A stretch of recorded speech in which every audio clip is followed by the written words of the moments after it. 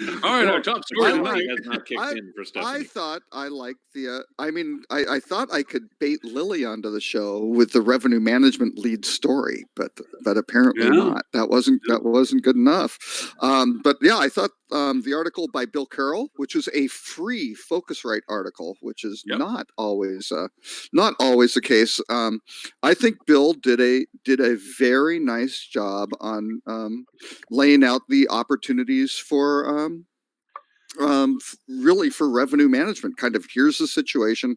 It's not exceptionally long. I think it's over. Yeah, it's like 16 pages or something like that. But there are pictures, which is good. Well, So he made five strong points on his overall key findings, which I think is kind of turning into a sentiment these days.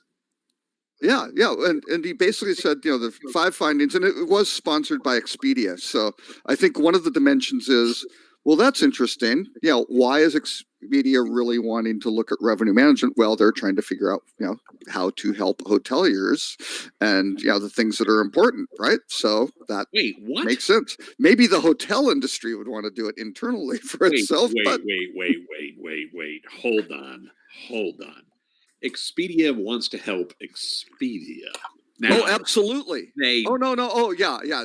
They want to help the hoteliers and endear themselves to Expedia. Yes. What Expedia wants to do is, and they've been reasonably public about this, at least in the last regime. I mean, we'll see how this takes place in the next regime. Due to their lack of regime. Right, exactly. But I mean, and I'm not here to beat up Expedia specifically. I just take my shots where I can. They, what they're trying to do is get deeper into the value chain. Absolutely. Right? Expedia's growth has peaked. Right, their growth they've grown as big as they're going to grow going in the dimensions that they've gone, and the fact that they bought Travelocity a few years back and they bought Orbitz a few years back and things along those lines. Mm-hmm. They're not going to achieve the kind of growth that they've achieved in the past by doing what they've done in the past. And so now they need to find ways to get deeper into the value chain. And so if they can play nice with rev managers and have rev managers see them as being not the enemy, that's actually a real benefit for Expedia and potentially opens up the opportunity for them to get deeper into the tech stack too. Yep. Which is another revenue stream. So, I mean, that said, I think this is a great report. I think this is a really terrific report with some great insights in it. I always talk about Expedia and Booking and all those guys, and frankly, Google the same way these days, which is, hoteliers, hotel operators, hotel management companies, etc., should approach any of these large intermediaries the way that a male black widow spider approaches a female black widow spider. There may in fact be benefits of coming together, but also realize it could end up with you dead in the ditch. Be really confident that you know what you're getting into. Go in with eyes wide open. Right? Yep. That initial attraction and perhaps passion, and it doesn't always end up well. Exactly right. So, but the female spider benefits. Yeah. So that's well. If I could, just in two aspects of this. One is I appreciate the 5 points that he made. Why don't we recap those? One is 5 key findings was information overload, and we talk about that a lot. There are lots of signals, but how do you figure out the right ones that really help you and do start driving things like attribution and conversion as opposed to all the other stuff. Second, pulling together, disparate systems, because between, and he just outlined channel management, revenue management, property management, central reservations, CRM, that's just the beginning of it, right? So those are, some pretty big systems there. Dynamic and complex distribution landscape. And very nicely, we talked last week about segments versus channels, and he just nailed that right there. Filling the information gap. Now, this was kind of the pitch for intermediaries, but travel intermediaries such as online travel agencies, search engines, metasearch, social media sites track a variety of data, and they can fill in the gaps. So that's kind of Expedia going, hey, we've got a lot of information that traditionally they did not share with hoteliers. Now that's a new value proposition. And then last is the expanding role and impact of revenue managers, and it goes through, and actually there are a couple nice little graphics kind of say the old world where there are kind of 3 things, and the new world where they're like the hub of a dozen things going on. So anyway, I thought it was a very nice, digestible thing, and probably good for an audience of owners and managers and brands and kind of everybody to understand what's going on with revenue management, I think. Well, a couple of things, and please understand, I'm putting this in the chat room, not to go over and take away from, and full credit goes to Focusrite for putting this up, so that do not consider this our content. This is literally cut and paste out of theirs, so you can see this. It is a free download, so it is accessible, so we're not betraying any confidence in theirs. Right. It is free. You have to register. Yep. Yeah, you have to register. But these are the 5 points that were made out of this just for conversation today. But I think there seems to be a different drum beating this year. For years, and I think the point that he made out of all this is that we've been rattling our sabers about how we need to converge and how we need to blend and how we need to do this and why is it important. And we've been repeating ourselves now for years, yet not doing much about it. And now there's a few things that have gone off the mark, and I'm proud to say, like HSMA's Rocket program, try to push it off the mark. I know that all of us in our different disciplines, as we do things, try to push it off the mark and try to get it into functionality in a day-to-day basis. But for the most part, as an industry, we're still sitting around, oh, we need to converge. And we're not doing anything really substantive as an industry. And I think, the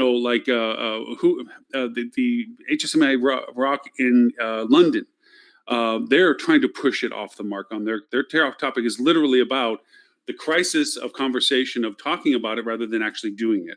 Mm-hmm. And I think that it's a good point to say that, this year of 2020 being the new, year of, that we need to start making this work, not just talking about it, but actually doing it more than just getting started with it.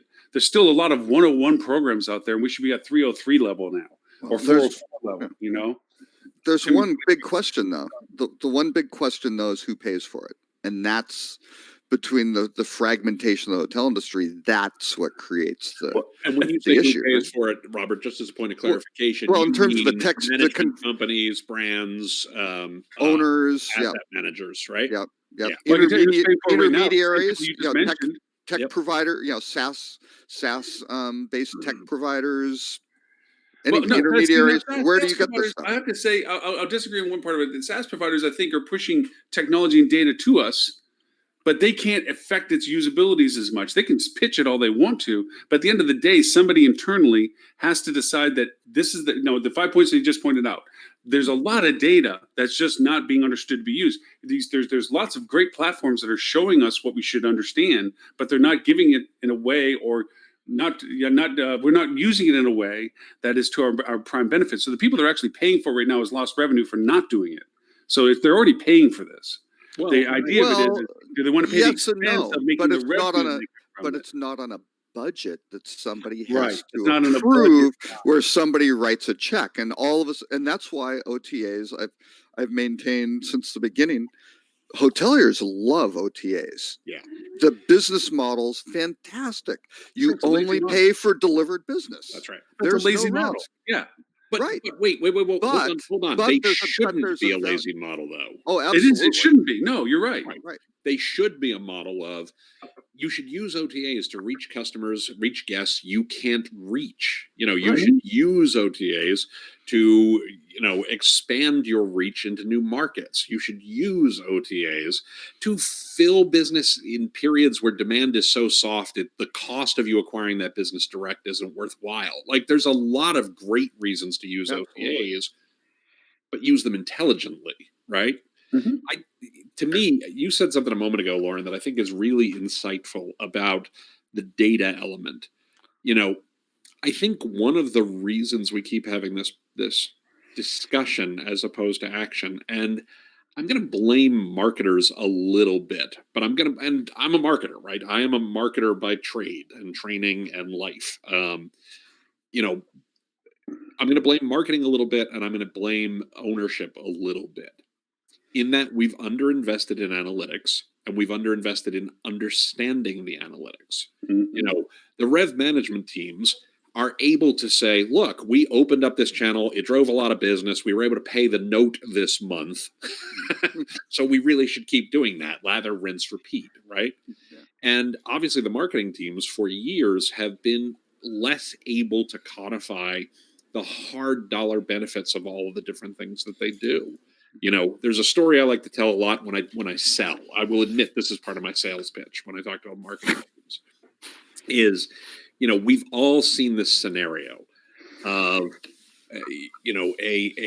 an owner or a GM or someone like that walks into the head of Rev Management's office or the head of sales office and says, I need, things are not looking so great next quarter, next year. I need you to cut your 10%. And the Rev Management folks or the sales folks are able to go, okay, but when I do that, let's talk about what that does to revenue. And then the owner or the asset manager or the GM goes, oh, wait, no, don't do that. Don't do that at all. And instead, they walk down the hall to the head of marketing's office and say, I need you to cut your budget by 25%. And the head of marketing is not in a position to push back on that because they have not put in place the right kinds of tools and the right kinds of techniques and the like to be able to codify that when I spend $1 over here, I get $4 back or $5 back or $6 back over here. Right. Not near to the level that they should have. Who should do this? Is it revenue manager that should go sit down with a strategist or a strategy, or is it the marketing person that should be presenting this? Where does this land? Well, I have a very strong opinion about this. I have an incredibly strong opinion about this, as you might imagine. My point of view is in many companies, right, outside the hospitality industry, marketing is responsible for the 4 Ps, right? They're responsible for product, and they are responsible for place, and they are responsible for promotion, and they are responsible for price. Right. And in the hospitality industry, we've taken the 4 Ps and we've split those into 4 distinct siloed functions. Right. So my argument is it doesn't matter who's responsible for it. It matters that the heads of those 4 functions are joined at the hip and aligned on strategic objectives and are aligned on how you measure it and are aligned on how the people who work for those different groups are incented to ensure that the whole thing becomes a flywheel that works together. In many organizations, it would be a chief commercial officer. It would be a chief marketing officer. It would be somebody who is at that level who is running this. In hospitality units themselves, we split those into 3 or 4 distinct functions, and they don't spend enough time talking to one another and aligned on objectives and aligned on bonuses and incentives and things like that enable them to actually pull the same levers in the same direction. So, and that should be. It doesn't matter. It matters how you get there, not who is ultimately tasked. But for a typical hotel, it should be the general manager, right? Probably not the correct background, training, that sort of thing, which should be addressed by the industry. But if not, the director of marketing, right? I mean, that's it, because marketing should have, everything. When you start saying rooms division, reservations, things like that. I mean, reservations for decades was under rooms. In many cases, it still is. It needs to be really, really close to marketing. I mean, that's the bottom of the conversion funnel, right? You say that about the GM, but in a lot of cases where there's a management group, hello, by the way, I'm here. It's on the field travel. Where there's a management group, the GM is completely taken out of a lot of those marketing and revenue decisions. It's done by the management company. So we're in this weird situation. I am seeing more groups appointing a chief commercial officer or rolling revenue management into or underneath the director of marketing or something like that. So I think there's an acute awareness, but it's going to take time. And I think one of the challenges we face, not only is the product and the makeup and the management all complex, but the nature of our industry is that a lot of people don't stay in a gig for that long. In some of this stuff we're talking about really does take a multi-year strategy. So a lot of people are really focusing on the next 6-12 months to build up their resume so that they can get that next gig. So there's not an incentive naturally for them to work on a 5 or. Nope. Stuart likes to pause for dramatic effect. Dramatic pause. That is the legitimate mic drop. That is the legitimate. There was an interesting analogy I was having with a conversation with somebody. When there's in the Navy, when there's the admiral on the ship, you would think that they're in control of that ship. Nope. In fact, he's not. He's not in control of the ship. The captain is in control of the ship. Right. The admiral's in control of the fleet. He could tell the fleet where to go, but he doesn't tell the captain, the people on the ship what to do. Right. What we face now, and I mean that analogy in the sense that with the hotels, we have taken so much away from what used to be the core of what a GM was. A GM was a omnipotent presence on the property that was responsible and reliable for all facets of business generation, business fulfillment, operational perspective, and we diluted that by putting the revenue management where ownership would literally walk past the GM and go talk to the revenue manager because the GM didn't know what the revenue manager knew. Yep. And so they turned into more responsible for running the ship and not really running the fleet in the sense of what they were doing strategically. And now we're in a position where the revenue management is overwhelmed with this variety of stuff. There's a lack of potential trust as we try to develop this convergence between marketing and revenue management, where is the marketer truly giving them the information they need in a way that's useful, on and on and on. We've had that discussion before. So there has to kind of be coming back to centralization of this, where one person, be a chief strategist, whether it be the GM, where they omnipotently control all things, or whether there's too much for the GM now, because maybe this is their role to just make sure the place runs. But there has to be some place where this aggregation of data, the ability to gather the business, yield the business, and to make sure the business is fulfilled has to go through something more than just two silos. So I agree, but I also think it's dangerous, to suggest the only way to do it is that there has to be, one throat to choke. I have seen organizations where it works really well, where there is an operating committee or there is a, commercial committee, whatever you want to call it, where they work very much hand in glove with one another. And whether it's the GM or whomever who provides them what are their specific objectives that they're trying to reach, and what are the specific measures that they're held accountable to, such that, they're rowing the boat in the same, if I can continue your analogy, that they're rowing the boat in the same direction and not each pulling their oar in their own direction so that they look good. But you can do it with a committee as long as somebody is setting objectives for that committee and measures for that committee that in fact hold them accountable in the same direction. Right. Yeah, that's the thing I've noticed. As you start to talk about, it's one person, then suddenly it becomes territorial because I want to be the person. No, I want to be right. Yeah, It becomes a power struggle, not a success struggle. Yeah, I think that the one thing I've seen in common with every group, and over, I've been in this industry almost 20 years, and I used to meet with GMs when I first started. Those were the people making marketing decisions. And I can't think of a single property now with whom I meet with a GM. It's all someone that's in charge of marketing. But the ones that do it well, in every case, they do the exact same thing. How they do it differs. Who's dictating it differs. But they all have one scorecard. Everyone is in a line behind the same metrics and the same goals.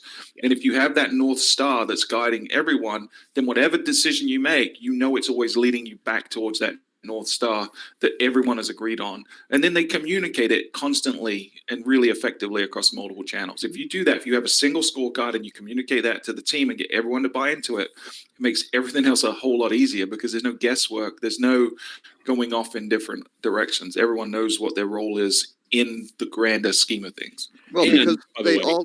It also, I love the fact that you said scorecards specifically as opposed to metric, right? Because, the other mistake that I see people make is they think there's one overarching metric that is the holy grail. And I mean, don't get me wrong, we all love ProPar, we all love, RevPAR, we all love GoPar. And there's lots of different ways to look at it, but there's not a single metric. It is the right set of metrics that lead to better RevPAR, that lead to better ProPar, right? Yeah, but it starts off with, I don't know if you want to call it the purpose or the philosophy. Why does that property exist, right? And it's just the classic, you take that purpose, you then have objectives, right? You've got an annual plan, hopefully, that specifically says, here are our objectives. You can have strategies to develop those objectives. You can have tactics. You can have metrics for all those various things like that, but they need to roll into an overall scorecard, which ties back to that strategy. You go, wait a second, does this stuff line up? And I think that's one of the parts that's really missing because of that siloing.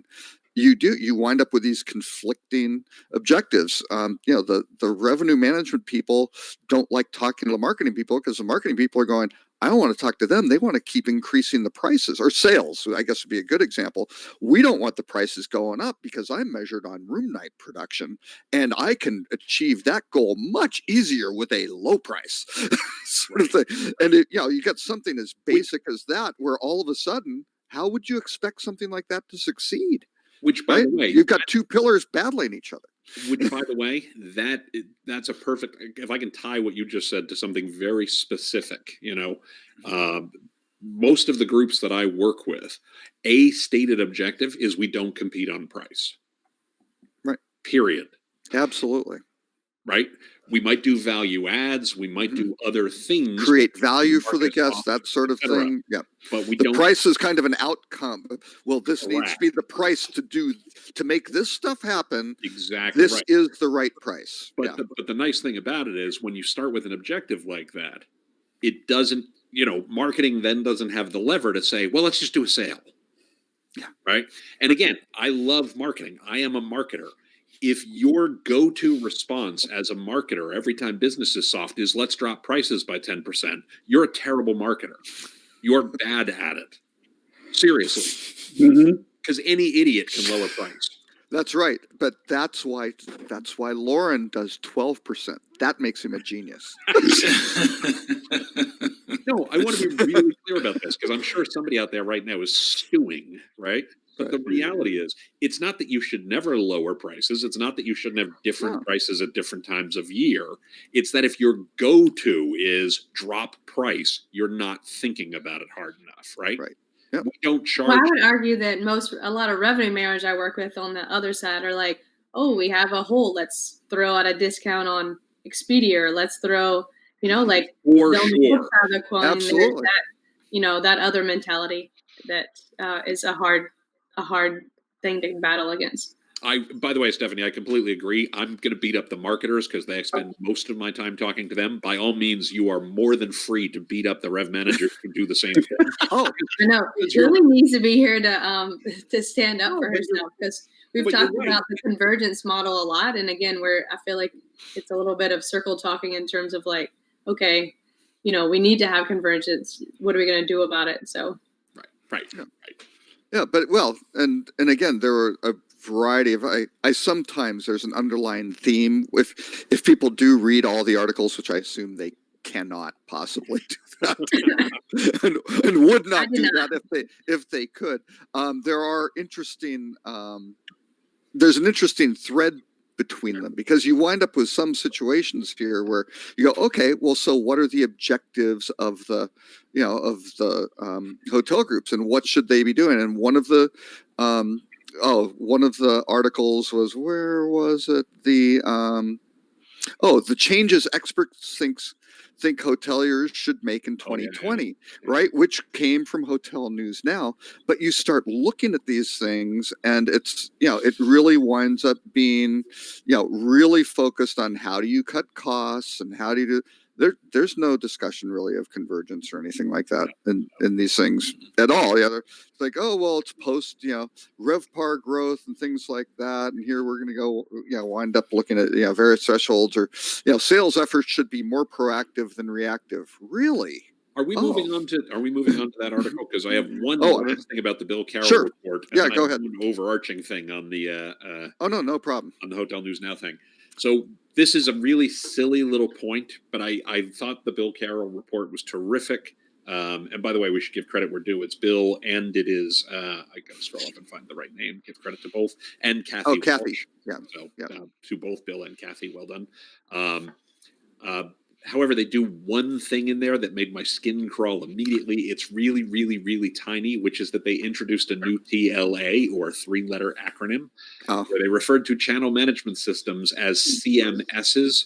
Please don't do that. No, please, right. please let's not get on board with that. A CMS is already a thing. Right. Yeah. CMS is our content management system. CHMS. Capital C, small h, capital MS. Or, CMS is 3 syllables. But then that's a 4-letter acronym. One syllable isn't going to make or break your day. So let's just call them channel managers and move on. No, Stuart, it's the English equivalent. I really use the Russian character, but to do it, that's kind of... Okay, got it. I want to give a small shout out to Bill. Bill and I are both consultants at Cayuga Hospitality, so we've actually written some articles together and Oh. things. So. And you name dropping. You are a true host of the show. I love Bill so much. Like I love that man. I'm gonna see him in New York when we're there for HSMAI. Well, if we're doing that, if we're doing the name dropping, Stephanie, I should point out that Bill and I live in the same town, and I actually saw him, but not to speak to, in the ShopRite Liquors on Christmas Eve or the Sunday before Christmas as we were stocking up for. You meet all the best people in liquor stores. stores. I'm telling you right now, that's the best people to meet is in liquor stores. Stocking up. I didn't get to see him. Now wait. What Tim didn't say. Yeah, what Tim didn't say is each of them are in ShopRite Liquors 5 days a week. That's That's right. We hang out several the hours. Play chess. Tim didn't say that's his part time. No, I actually only. I'm sure he was shopping for somebody else. Exactly. I'm sure he was buying a gift, as was I. That's yeah. Of course. I don't drink when I have. Self-I says. All right. With that, let's flip it over to the OTA conversation because you pointed out about OTAs and their usabilities and so forth. And I know that a lot of us use OTA insights and so forth. And the article that Robert shared with us had a really interesting statistic in the middle of it associated with the bleed of OTAs when it comes to rate parity issues on branded versus independent and local chains and so forth. And I didn't know if you guys got dug that far into the article to take a peek at it. I'll throw the article link right up here. But it was a really interesting dive on how painful OTA impact can be on your rate parity bleed for non-contracted channels. Sure. Mm-hmm. Absolutely. Yes, but if you shut down Priceline, the problem goes away. Yep. Oh, I'm sorry. Did I say that out loud? That little inner voice sometimes sneaks out. But it goes back. Now that's squarely, in revenue management's hands when it comes to that. But it's also a whack-a-mole because you can tighten up your contracts with the OTAs. Well, that's number one. That is number one because so many of these contracts have gaping holes in them, and the OTAs. I mean, we just picked on Priceline or Booking Holdings. Might as well pick on Expedia. Hotwire was not really intended to list the specific number of reviews by property. It was supposed to be an opaque platform, and Hotwire's product manager told me point blank, wow, doing that really boosted conversion. It was like, no shit. So it's like, yeah, you remove the opacity. Yeah, that's exactly it. So, basically they're playing on a negotiated rate under the assumption that you would not see the hotel name. It wasn't considered that there could be other attributes. And they've gotten egregious on it. Now they have click on the picture and they will show you a picture of the actual hotel. So it's like, oh, gee, maybe I can drag this over to Google Images and see where, it's just, or there's another box. I mean, they have so many little, conversion tool. Click on this. It will be one of these two hotels. And you go, well, wait, that's the 4-star hotel. That's only a 3-star hotel. It can't be that one. It's just really, really egregious. But, if it's not prohibited.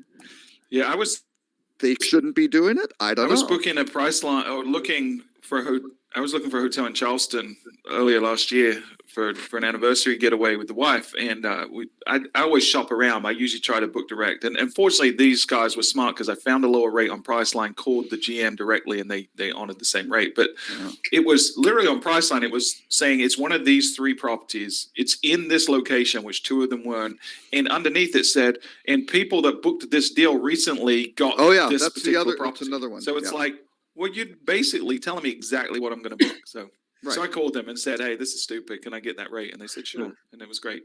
Yeah. So Steph, are you making it to the marketing conference? I was going to tell Stuart, you're lucky that you got a hold of the GM because half the time, I mean, how many frustrating times do you have an untrained front desk person and you call and they're like, "Oh no, our rate is this," because they look in the PMS and it gives them one rate and they're like, so their only option is to do a rate override. And no, I asked for the GM specifically, so I'm that guy. Yeah. He's like, who's this random person calling me? No, I'm not. Some over entitled guest thinks that they know what they're doing. You may want to treat me fairly. Some wacky Australian. You know who I am. I know Steph. I dropped all your names. I was like, I know Stephanie Smith. I know Tim Peter. I didn't say Robert because that would probably distract. No, that would be. Yeah, bad. and as soon as he mentioned me, it was like, oh, sorry, no way. Yeah, click. Hello. Hello. Yeah. Steph, are you making? No, I just said Lauren Gray and hope Titus. Sorry, go ahead. I will stop joking. You can be serious. No, Steph, are you making it to the marketing conference in a few weeks or no? I'll be there. Who's gonna say? I have a breakout, so who's gonna come sit in my breakout? Oh, really? Oh, I'll be there. Well, we're going to do live coverage anyway, but just have a quick curiosity. We talk about OTAs and so forth. We're all settled in with our hotel rates. I know, Robert, you're the king of this. What did you end up paying for a hotel room? Oh, I think I am at $84 for now, excluding there is a $22 resort fee, so probably $106 for a 4.5-star hotel. Okay. The Warwick, it's nice. Well, I know Stuart. Nice. I know Stuart's high on the 54th hog, Street. so he doesn't have to worry about rates. He just pays whatever Marquis asks him to. Hey, I have people that book it for me, so. Yeah. Oh yeah, that's yeah. No, I'm in for 5 nights for about $600 total, including taxes and everything like that. I might be using an employee rate. Oh, those are the best. Okay. Those are the best. I think you can do better on Hotwire. I don't know. Probably, but I'm too lazy when the Marriott rate is open. I, on the other hand, want hotels to be successful and I'm actually paying a decent rate, Robert. I'm conflicted. Hey, I use these things as poster children when I speak to clients.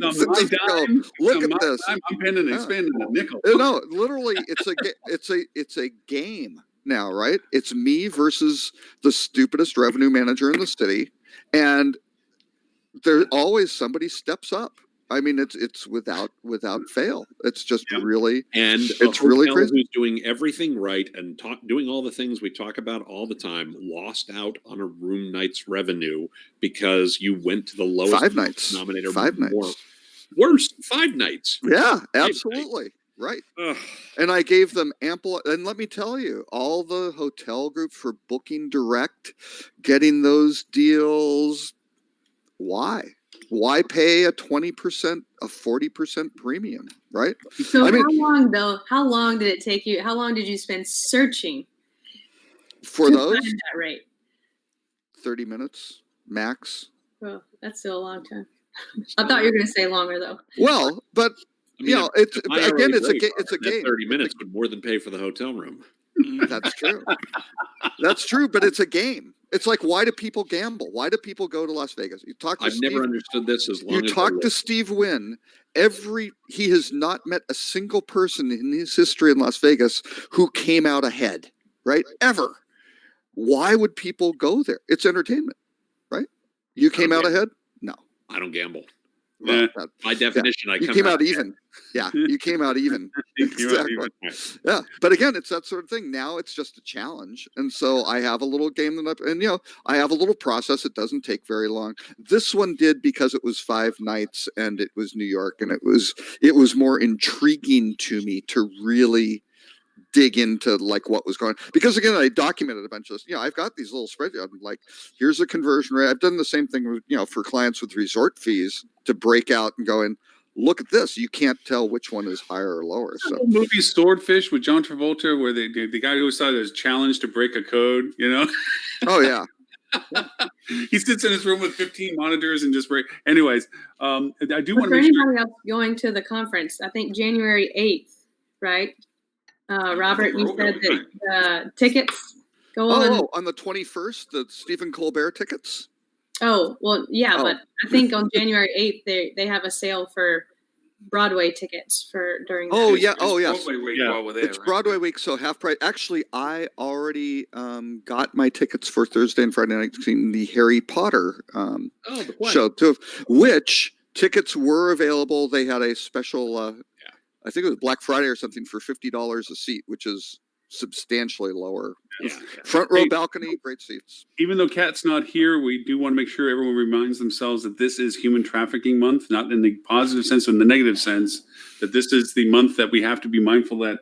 And I don't understand why it isn't being more pervasive. I mean, they're bringing it on the news and so forth. We even see that locally, but there seems to be no infrastructure other than a growing infrastructure, I guess. I mean, it's very small right now because it's not very widespread, about training staff, actually going in and training staff, not just giving them little handout cards. Because locally here in Southwest Florida, the police are walking around with little like business cards almost, and it's great. I applaud them for their effort. And on it is the signs of what could be human trafficking. Fatigue, deprivation, overt control of a person, whatever it is. There's this checklist of stuff that they can be handing out. But the hotel should be rallying around this, having their own events of let's get together in a meeting room. Let's have a staff meeting. Let's, what are hotels doing? It seems like a very quiet message. I mean, I think hotels should be out there talking about how they had a staff meeting this month about teaching about the awareness of human trafficking, what to look for, and so forth. Because I think that they shy away from it because of the negative connotation. So if they're promoting it, then people might assume that they have a problem with it, and there's something that they need specifically on property to fix. So I think that's probably why they. I agree. Yeah. I also agree with that. I'm not saying it's right. I'm just saying. No. It's a stigma. Yeah. I think you're absolutely right. I also think it's true, and I'm going to say one of the more cynical things you will ever hear me say. There are a lot of problems in this world, and this is certainly one of them, where the folks who are most impacted by it, it's the things that don't have an economic number tied to them, right? Like who's looking for these people? You got to raise money, you got to raise awareness, you got to do these things, and that's a tough thing to do because these folks don't have a voice to start with, right? So it doesn't get enough attention in society generally.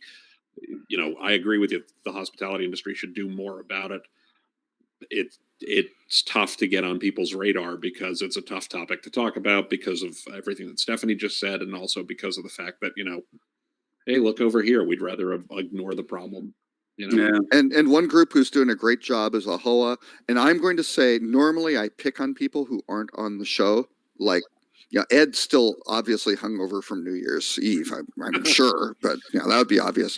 But Kat is probably working on this for the human trafficking thing for AHOA. So she's completely cleared from having to be on the show. She's doing much more important things. Yes. Yeah, much more important things for her. But it is true. And I do want to make it a point that we never show up for through this month that we keep bringing that attention to her because I, unlike the industry, am more than happy to point at it. That's right. By the way, I'd like to go back to Stephanie asking about the shows. So obviously, I live right outside of New York, so I'm not going to New York for any other reason than it's Tuesday, right? But for everybody who's going to New York, see a show, go to a restaurant, do something, spend some money while you're there. January 8th or 9th, it's Broadway week. The big shows of the Book of Mormons and things like that, which really don't have a lot of different, normally have half price tickets, at least for a little while on the first couple days of the year. Stuart and I are going to go on a drinking binge. And I wasn't aware of this, but I'm totally in. New York in January. Where's my invite? You're with the best of them. I pitched you guys. I have two extra tickets for Stephen Colbert Tuesday night because both my wife and I asked for them for two people, and we both got them. So let me know now. I would love to, but I'm going to be graciously accepting Adrian Awards on that night. Yeah, a platinum maybe. Oh, that's right. He might be on the stage thanking his mother. I don't know. I'm not going to the Adrian Awards, so instead I'm going to go see Mr. Colbert. So, no, I would like to join you. Hey, maybe if they keep me on the Adrians, I'll come join you. Oh wait, it's over at 7:30. I guess I missed the cocktail reception. You don't want to miss that part of the Adrians. Especially with me, I'm going to be the geek with the 10-foot pole walking around with a camera on the top of it, so I'll be getting attention from that. So it'll work out. Lauren will be pointing out all the people he would. Are you going to get to live broadcast? Oh yeah, I'm going to do a live broadcast, and then I'm going to do some recordings and stuff, and probably be about as obnoxious as they'll let me getting video of people. So nice. This should work out pretty well for me. Okay, well, with that in mind, Mr. Robert, since you are the curator of the cause when it comes to topics, you hit two that I want. I have another couple more, but I don't want to keep jumping in on this. What other one would you like to point out? Well, every once in a while, I'll throw in one that I really disagree. I thought the Skift article on the bold and outrageous predictions, they had some really horribly bad predictions for the next decade. I really thought they were just completely way up. And Dennis Shaw's a friend of mine. Dennis does great stuff. Huge respect. I don't know where the hell he came up with that Amazon is going to acquire Expedia. That just makes no sense to me. Now, again, maybe he's talked to Barry Diller and Bezos. Who knows? You got this recorded, so you might be eating your words. You never know. I'm happy to eat my words if I'm wrong, but to me that makes no. C-Trip buying TripAdvisor is partially already in process. They've invested $300 million. I mean, that's already happening. So that's it. But the Amazon, I don't know if he's just trying to stir up things. They had JetBlue going away. That would be sad. I don't know, but I don't know. Airbnb staying away from flights. It's like,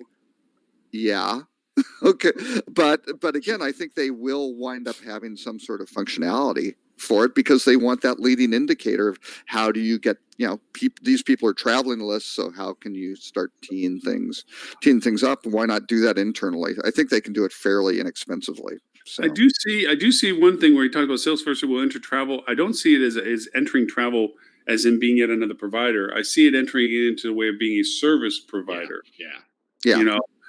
And in that whole Navis conversation, Cendine. Salesforce will enter travel. Yeah, not a chance. No, just ridiculous. No, but as a service provider, I can see where they might have the potential of stepping in and broadening what they're doing with more than just being a data service provider in that sense. So, I don't know. They could do more specialized travel. Salesforce does a lot of, and being successful the App Store, and the development, the ecosystem that they've developed has already done a lot. I mean, Greg Hopkins wound up, can't remember the name of the company he built, was basically on Salesforce and then sold it to Delphi, right? The Delphi folks who were then acquired by Amadeus. People have been doing this, providing tools for it. I mean, that's a great area to work with, but I don't see Salesforce going into it themselves. Why would they? The margins aren't as good. I mean, definitely, yeah. Well, given there's one thing I actually surprised Stuart, which is very hard to surprise Stuart on technology. Sorry. There were a couple others. Hotel companies or brands will go away. It's like, no. All indications are these things are consolidating more. But yes, there will be some that go away. Will brands be less prominent? Yes, a lot of things undermine the value of the brands, but these big brands aren't going away. I'm gonna push back on that one, Robert. Okay. I think that the number of brands that exist, the number of let's reframe this. The number of holding companies will continue to consolidate. Yes. Right? Yes. I think that if we think that within 10 years' time, Marriott, Hilton, Hyatt, Wyndham, IHG, Accor, that's probably the big six, right? I think getting somebody. They will get. I should be pulling out somebody from Asia, a Green Tree or somebody like that. Right. Yeah. But if we think that those 6 or 7 all will be still standing as independent entities in 10 years' time, no way. Yeah. Oh no, exactly. I'm not gonna predict who or how or when or why or any of that kind of stuff. No, there'll be consolidation, but again, they're still adding more brands, right? That's the individual brands. So maybe it'd be. I mean, some brands will go away, right? Some brands will likely fall by the wayside because, let's take I don't know, Starwood, right? Well, Starwood the holding company disappeared. There was never a Starwood hotel. The brands all still exist. Sheraton, rather. Excuse me. Sorry, I misspoke. Sheraton, right? I think there are some brands out there, and I picked that one at random. You could pick others. I don't mean to knock on Sheraton specifically, but there's a handful of brands out there that are tired in the consumer marketplace, and they may just roll them up into something else, reflag them, and move on. Sheridan just got a brand new logo. I mean, that right. Exactly. Everything about a wrong example. I've been on vacation for a couple weeks, but But again, Marriott's not going to do. Marriott should have rationalized all those brands, right, and not had 30. You could say, "Yep, we're going to wind up with 7 or 8," and we're. But then really they'd have less. Oh, I don't think that's. But then they can't. Then they can't have 90 properties in Manhattan. Right? Exactly. You're misunderstanding me. I don't think they're going to get to 7 or 8. But again, if you tell me that, Marriott's going to have 35 or 40 brands at the end of 2030, I would believe that. If you tell me that it will be the 30 that they have today plus 15 new ones, I think a much more likely outcome is they add 18 and they fold 2 into them. I don't think they're going to fold many. Yeah. Because every time they do that, 2 is not many. 2 out of 30 is not. I think the pressure. You look at those brands that they decided to keep. I mean, and you go, why Delta? Do they really need Delta hotels? Do they really need Westin and Renaissance and and Sheraton and those? Right. I am willing to put money on this. I thought you weren't a betting man. You literally 10 minutes ago. Yeah. Hey, wait a second. That's the Tim that doesn't go to the liquor store. He's the not betting man. But when you get Tim after a liquor store, do you know, put some money on the table. Actually, do you know this is one of my favorite tactics? Right. This is actually something I read in a book years ago. I read a great book by a poker player who said that people always equate decision makings in business to a chess game. Mm-hmm. And she said that actually she was a professional poker player. And she said that's a terrible analogy for business because in chess, you have perfect information. You know everything that's on the board. You know everything that's off the board. And there are a finite, though huge, number of moves available to you, right? But it's a very finite thing. Business is much more like a poker game. You don't have perfect information. You don't know a lot about what your competition's going to do. You can't see all the cards, right? You don't know all the cards you're going to be dealt, right? And you have to make wagers based on that. And it's about, are you making good decisions that have good outcomes? Are you making good decisions that have bad outcomes? Are you making bad decisions that have bad outcomes? Are you making bad decisions that have good outcomes because you got lucky, right? Yep. And you focus on the process. And one of her tricks, and there's a lot of research that backs this up, is if you're willing to bet on something, and how much are you willing to bet can be a great way of saying, how confident do you feel about this thing? Mm-hmm. So, I mean, I'm not going to bet you $1,000 that I'm right on this. I wouldn't bet anywhere near that, but I'd bet you 10, right? That 10,000. Wow. Okay. $10. I might even bet you $50. So that there is no way that in 10 years' time, all of the brands that Marriott holds today are still active and run by Marriott. Oh, I think they'll sell some. They'll sell more some brands. Yeah. I feel very comfortable they will have more brands. You and I are saying the same thing. Because what you're saying is exactly right. The brands don't exist for consumers. The brands exist for developers. You're 100% right. I agree completely. You're talking to a guy, as you used to, who used to work for Cendant. Like, I get that game really, really well. And they sold Nights In. Cendant sold Nights In. And so they that's sold possible. Nights In. Right. That's right. And for obvious reasons, I don't make predictions about Cendant specifically. Wyndham specifically. Right. But I would be shocked if Wyndham had the same portfolio of brands and if they didn't shutter one somewhere along the way while adding 5 more, right, to appeal to developers. But there's no way that all of those brands are going to be commercially viable to developers in 10 years' time. And then, brands die from time to time. You replace them with something else. And I cannot predict which ones, and I wouldn't predict when it will occur. But I feel really comfortable saying, I'd put money on the fact that in 10 years' time, Marriott's portfolio of brands might be 40 brands or might be 50 brands. But at least a couple of the ones that they have today will no longer exist within Marriott's portfolio, and probably because they don't exist at all. If they can get somebody to give them $1 million for one of them, they'll sell it off. But if they can't, maybe the problem is the number of rooms, though, and it opens up those contracts. If they can figure out a way of how to transition, the owner from A to B, but the problem is that B is going to have to probably be a new brand, and they don't want they don't want the New York Sheraton or whatever. Or anything that they don't own and manage, because they've lost that dimension where they could just go, let's move these around because we got the ownership, we got the management. That's great. But now they go, oh, wait a second. But they go, wait a second. The Sheraton, and when, at least when Starwood was acquired, 60% of the rooms were in, I believe, Sheratons and Westons, right? Those were the two, which were kind of problematic brands for them.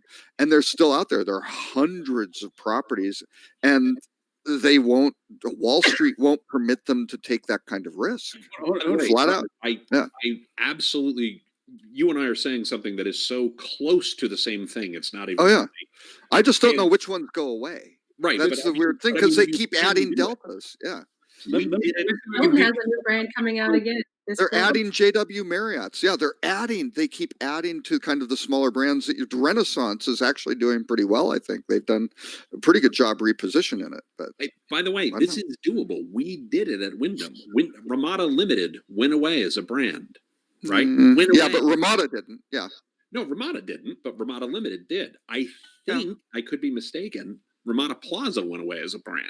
Probably. Okay. Right. Oh, no. Well, those are sold to, Ramada Plaza, I think, was sold to Park Place or something like that. And but the those brand Park Plazas. no exists as Right. a brand. Yeah, but right? Ramada still exists. So some of those are sub-brands. So let me just throw some wrenches into the gears on some of this stuff, because throughout of history, there's a cyclic build and deconstruct, build and deconstruct. Right. Look at some of the movie shakers. We have some articles on Oyo that you have out here too, some black marks on them and so forth. But there are lessons learned from all of these transitions of growth and so forth. We know that from a brand's perspective, the value assets associated with brand is centralization, tech stack accumulation, on and on and on. There's value propositions associated with brand relationship. There is also negative things associated with brand relationship: brand saturation, brand dilution, brand complexity. Absolutely. So in the process of looking years ahead,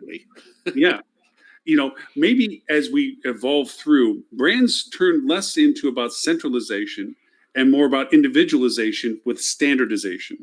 I know that's a lot of Asians, but no.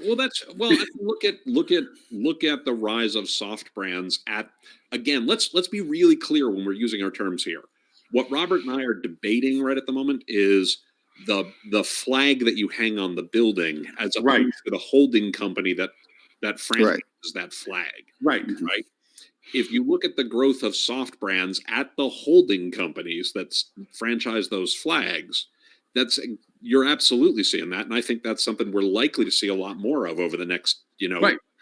And brands provide resource that it says, okay, look, so you're not going to be XYZ brand, but you are going to use our tech stack. We're going to provide you resource capabilities, and also we're going to give you resources to create individuality. So we're not competing as a single entity, but we're competing on the individualities that we can create for ourselves, whether it be a brand silo or there be allowance to go off and be on your own so you can create your own identity. But that's the soft brands. That's Autograph, it's a soft right? Brand.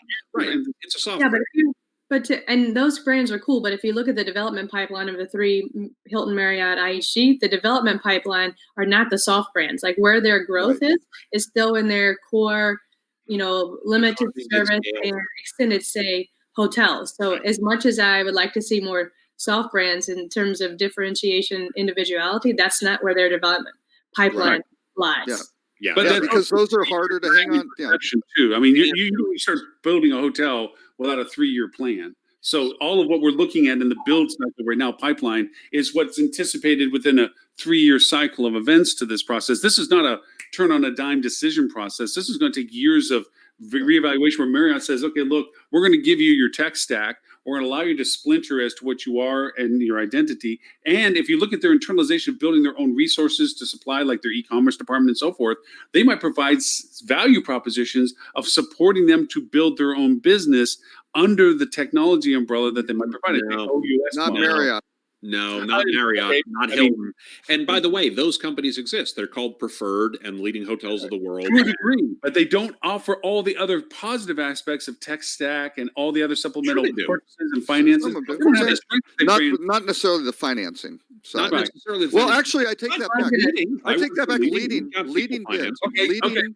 Leading would add X millions of dollars to the asset value. With the plaque added was worth X millions of dollars. So you see what I'm saying? The trend of this could be something like this, a dissimization of this process. Well, I disagree. And unfortunately, here's the thing, Lauren, I want you to be right. Oh, yeah. I completely agree. I wish that was the case. However, if you look at the trend So historically, the numbers I used to quote for years, and I stopped quoting them because they're not correct any longer. But historically, the numbers I used to quote was that 65% of the rooms in the Americas, were branded rooms, right? They were flagged properties, and 35% were independent. Yeah. And overseas, 35% were flagged properties and 65% were independent. Mm-hmm. The trend in both major regions, which is the most U.S. centric thing I think I've ever said out loud in front of a group. But in the Americas versus Europe versus Asia is towards increasing flags, right? The problem with what you're describing for a Marriott, and again, I have a weird background here because I worked for a large franchisor, and then I worked for the leading hotels of the world. So I've been on both sides of this.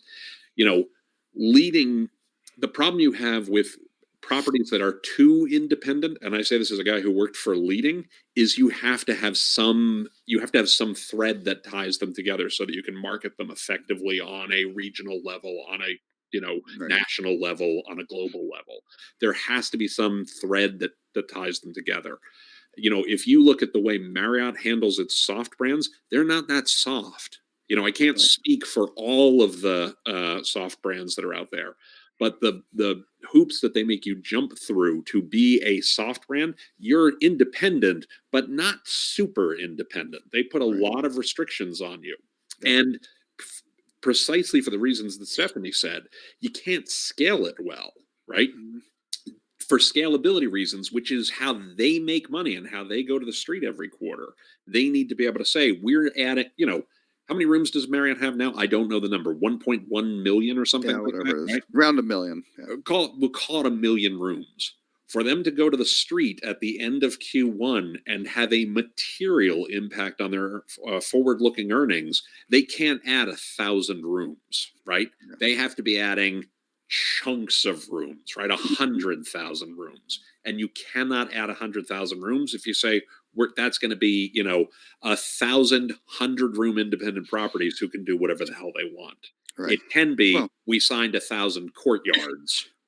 And look what Hyatt did. Hyatt didn't really they may have another soft brand now, but they basically have small luxury hotels now as Hyatt's soft brand, right? They're all now part of the Hyatt, the World of Hyatt program, and yes, they're still the association doing what they do. That's a pretty smart move for Hyatt, as opposed to trying to get that portfolio of I don't know how many hundreds of hotels it is, but it's a lot. Hyatt wouldn't have been able to do that, or they would have spent a fortune. So that makes a lot of sense. But one thing, the challenge with Marriott here is what ones go away, right? Ritz-Carlton, they're keeping. St. Regis, they're keeping. JW Marriott, you could say probably should have gone away. They're adding. Ritz-Carlton Reserves, that's kind of a sub-brand of Ritz-Carlton because it's home. Luxury Collection is the soft brand for that, luxury sector. W, they're trying to reconfigure. Edition is working pretty well. Really small. Could it go away? Yes, but I think they're having success. Okay. But you kind of go through the list. Marriott, Sheraton has a lot of them. All those different things. But they're adding in all these. Meridian. I don't know, but they're adding hotels. There's 3 points to this process. We know that some of these names are based on the fact that somebody with ownership on something, another ownership said, I want to be something different than that St. Regis, so I want to be Reserve, okay? And make me different name and so forth. So here's my rationale. There's a progression of this that your standard Knights Inn on the side of the road will probably stay branded because there's no really value proposition of changing them to the right between point A nowhere and point C somewhere nowhere else. Okay, so that's not going to really help them. But these individual hotels not at scale, by the way, not at scale. We see cases of individual properties who are becoming the kitschy roadside motel and the like, but not at scale. Not at scale. Now, these large luxury resorts and so forth that could create their own identity because of the uniqueness of their product, I think could fracture. The second of it is we're not accounting for the development of technology to handle the scalability of control. With technology growing as it is, there is the potential that it doesn't take an army of people in a cubicle world that sits in Bethesda, okay, to run this stuff. You could have, and I'm making this up as a contra conversation, 1,000 room hotels at scale being able to be controlled with things like, there's these new platforms that do dynamic length of stay gate fencing for revenue management that's yieldable based on demand. And all these really cool things are rolling into softwares now so that you could have an ability to mitigate the scaling of the fracturing without losing the centralization of the value proposition.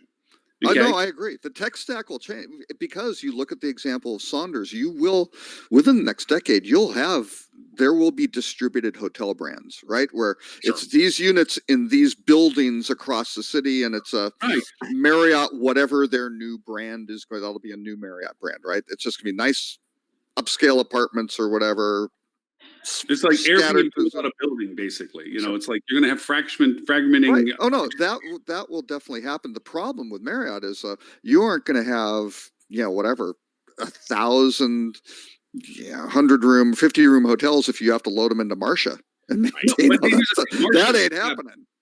Marcia's talking to you. Okay, you're gonna walk into the room with Marcia, and there's gonna be a little hologram that pops in. What are you doing, Dave? You know what I mean? It's gonna be. Hey, the problem with Marcia will never have a hologram feature. Marcia is so big. It's the same challenge as the GDSs, right? It's a big Bethesda. It's a 6-bit. Underneath that monster is a 6-bit operating system, which is highly inflexible. Marriott still cannot confirm connecting rooms, right? Really basic function. It costs them tens of millions of dollars. They can't justify the ROI of really being able to embrace the family market. That's a pretty huge opportunity that they've looked at. I don't know how many times. They may have just given up, but they can never crack that nut. They've got to figure that out, which of course is what Amadeus is banking on, right? Basic things like that. Yeah, but Amadeus is, I'm sure, banking on that going, hey, look what we did for IHG. So they came off the platform. You guys need to do something. Right. You do this, and now you can go start doing on some of this stuff. I mean, Valhalla is still sitting on a shelf somewhere. They are not going to use Valhalla. They're not going to use Valhalla. They will never use it, but they're going to learn from it. No, I mean, it had its value propositions that never got to market. It's gone. It was deceased. They don't want to look at it. The guys who did it don't work for Marriott.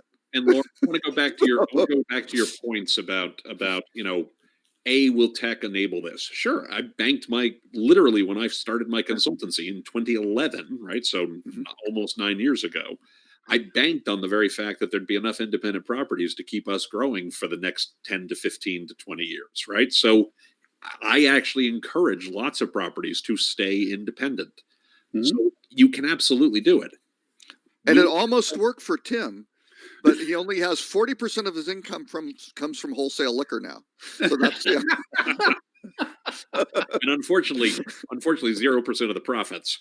Well, you have that inventory shrinkage problem. That's exactly. Spillage. We call it spillage. No, but I encourage properties to remain independent. I think there's a lot of opportunities for properties to go independent and get access to the marketing and sales channels that they need to without partnering up with a brand. I think you absolutely can succeed and make a go of it and be a growing concern, not just a going concern, by doing that. It doesn't suit Marriott's business model. It doesn't suit Wyndham's business model. It doesn't suit Hilton's business model, et cetera. If we look at the platforms that had existed 5 years ago, who also provided those services, look at Sabre. They're getting out of the business of marketing hotels independently and the like, and partnering up with the brands to help provide those services to them because it's a better growth channel. Yeah. Will somebody backfill in and come in and say, hey, we can serve that market and we'll get you connectivity and we'll get you distribution and we'll get you all the things that you need? Probably. But again, this is just this ongoing cycle. I was predicting what you're talking about 8 years ago, literally built my business on it. And all the evidence suggests that I was wrong because literally we're seeing more and more rooms become branded every single year. Yep. Right. Yeah. So half the reason I think is the financing. It's just easier to financing thing. More ready to give money to. But I see it's where are the incentives, right? You got to follow the business models. Generate to grow when you're a million room brand. I mean, you have to remember when you're a million room company, you are not going to grow in a material way that the street cares about by going out and saying, "Hey, we signed 3 new contracts with 200 room hotels." Nobody cares. Right. But I'm also going to say this: our market has been in a growth market for as many years as we want to count it, breaking world records and so forth. And I'm sorry, but we're a bunch of potato farmers in Ireland, and it's just about ready to hit the blight. Okay. Well, I was just reading the Cleveland research recap the other day, and I was concerned. Like a couple other articles I read about the development pipeline of some of the major brands made me think that they were overdeveloping in certain areas. But Cleveland research, at least through 2020, showed that the development pipeline was holding pretty steady at a 2% supply increase for the last few years, which is much better than like the booms in the 90s and 2008. At least that was somewhat reassuring, at least from a total supply increase, that it was around that 2% mark versus 3 and 4%. So and that growth, by the way, is not coming necessarily from building new hotels, though some of it is. So a lot of it is taking a hotel that was an independent and flagging it as a branded property, right? So some of that pipeline. Well, some of the pipeline, existing rooms. Well, the other caveat in that report is, I guess, I want to say CBRE said that Airbnb, in terms of supply, may be offering an additional 2% that isn't included in the up to 2% that isn't included in the report for urban markets. Right. Absolutely. So that's together, we're kind of screwed in terms of supply of dynamic inventory that comes in and goes out of the market in unpredictable ways. The real package of the heart of that a real problem. It doesn't just go away, but it can go over and do that whole rate dilution because of if its availability. And that's the other factor on that one also is what you just said about the music's going to stop for some people somewhere at certain points, and that's absolutely true. That doesn't mean Marriott goes under. It means that 2 properties in this market fold, 2 properties in this market fold, 2 properties in this market fold, etc. And it reduces the number of rooms in a given market, or rooms in pipeline that will never get built, right? Because they didn't get financing. I'm sorry? Because they didn't get financing. Because they didn't get financing, right? Yeah. Exactly. But, I mean, we used to make buggy whips and make buggy carriers. Nobody expected Henry Ford to start making the production line. We don't know where there might be a difference of something coming in like that. I hear what you're saying. Well, yeah, there is. It's called Airbnb and Oyo. And let's be really fair. The difference between Henry Ford and buggy whips is, first of all, it's a good analogy, but hotels have existed since, Mary and Joe were looking for some place to stay on Christmas Eve. They just didn't call it that yet. That's right. Overbooked. Right. There's an inn in Japan that has been continuously owned by the same family for 2,000 years, 1,500 years. I'm understanding in the inn. But, right.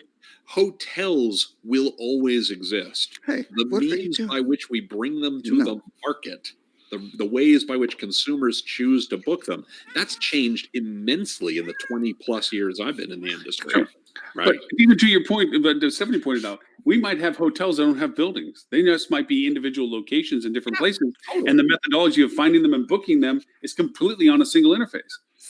We don't need to have check-ins at that point. We can go to today. It's called Airbnb. It's called right. It's right. Called and what hotels can do to create that? Who knows? I mean, that's what I'm saying is that there is still a modality like Oyo brought into the world, as you said, a variation to disrupt the model. They went a little faster than they should. They're getting a little black eyes behind them a little bit now. Here's where I was willing to make that bet before, because this is exactly right. And Stephanie hit it exactly on the head with the financing thing, right? Hit it exactly on the head. Why did Marriott buy Starwood? Marriott bought Starwood because Starwood failed to grow. Mm-hmm. Starwood went to the street for several consecutive quarters and said, we don't have a path to growth. And the street started saying, then we're not going to invest in you. We don't have any confidence in your ability to grow as a company. And Marriott snapped up Starwood at a bargain basement price for all practical purposes, right? Starwood failed. Let's be really blunt. Oh, yeah. With half the value right? Half the value being Starwood preferred guest, which really screwed up Starwood because that made it so they couldn't piecemeal it and go, let's auction off Sheraton, let's auction off, Weston. That's where they couldn't do it. SPG was too. They had to sell it in a piece, which was why they only got $12 billion for that. And then Marriott went out and said, "Oh, you own a bunch of these. Look at that! Wow, let's start selling these off." And I think their net was probably like maybe $3 billion. I haven't really done the math on it. It was probably $2 or $3 billion. Maybe they might have even sold for more. They might have sold off the assets for more than what they paid to buy it. And in 10 years' time, is it possible that happens to Marriott? Sure, it's possible. I don't think it's likely, but it could happen. Is it possible it happens to Hilton? Sure. Is it possible it happens to IHG? Sure. Is it possible it happens to Hyatt? Sure. We don't know who it could happen to. I don't think all the big players who are around right now are around in 10 years' time as a standalone entity because they marry up with somebody else because they run into a problem of figuring out how to grow, right? Yeah. Why did Travelocity and Orbitz get bought by Expedia? For the same reason. Well, that was air traffic that they were not monetizing all that air traffic by high margin hotel sales. The street pulled their funding, right? Absolutely. Yeah. It came back to financing. They didn't have the financial resources to grow, and so the only there's a term that people who follow the stock market a lot are familiar with of companies who are exploring strategic options. Which is what they say when they mean we can't figure out how to grow, so we're hanging out a for sale sign. Yeah. The meal's done. Check, please. Check, please. Right. Somebody somewhere along the way will explore strategic options. We just don't know who or how or why. And is it possible that Marriott gets bought by Oyo in 10 years' time? As ludicrous as that sounds today, it's possible. It happens, right? AOL bought Time Warner 20 years ago, and nobody saw that coming, right? It didn't work out, but AOL had the cash, and Time Warner didn't, right? Yeah. And if there's a big downturn, the interesting thing is the brands won't be as hurt as badly as the owners probably in the downturn. Right. But I agree. I think there will be fewer holding companies, but I just don't see something that stops them from continuing to just splinter out into all these little kind of nonsensical brands just to get like individual this, individual that, acquire them. And I don't know, some on the market guys will hate when I say that, groups like Omni, I would think that would be very attractive. It just depends if the current ownership, if somebody can write them a big enough check, right, to go, that's a nice portfolio. Let's bring that thing into one of the big guys. I'm sure every IHG, Wyndham, everybody would love to have Omni at it, right? Look at Omni. Hyatt, a ton of them would just love to have it. Yeah.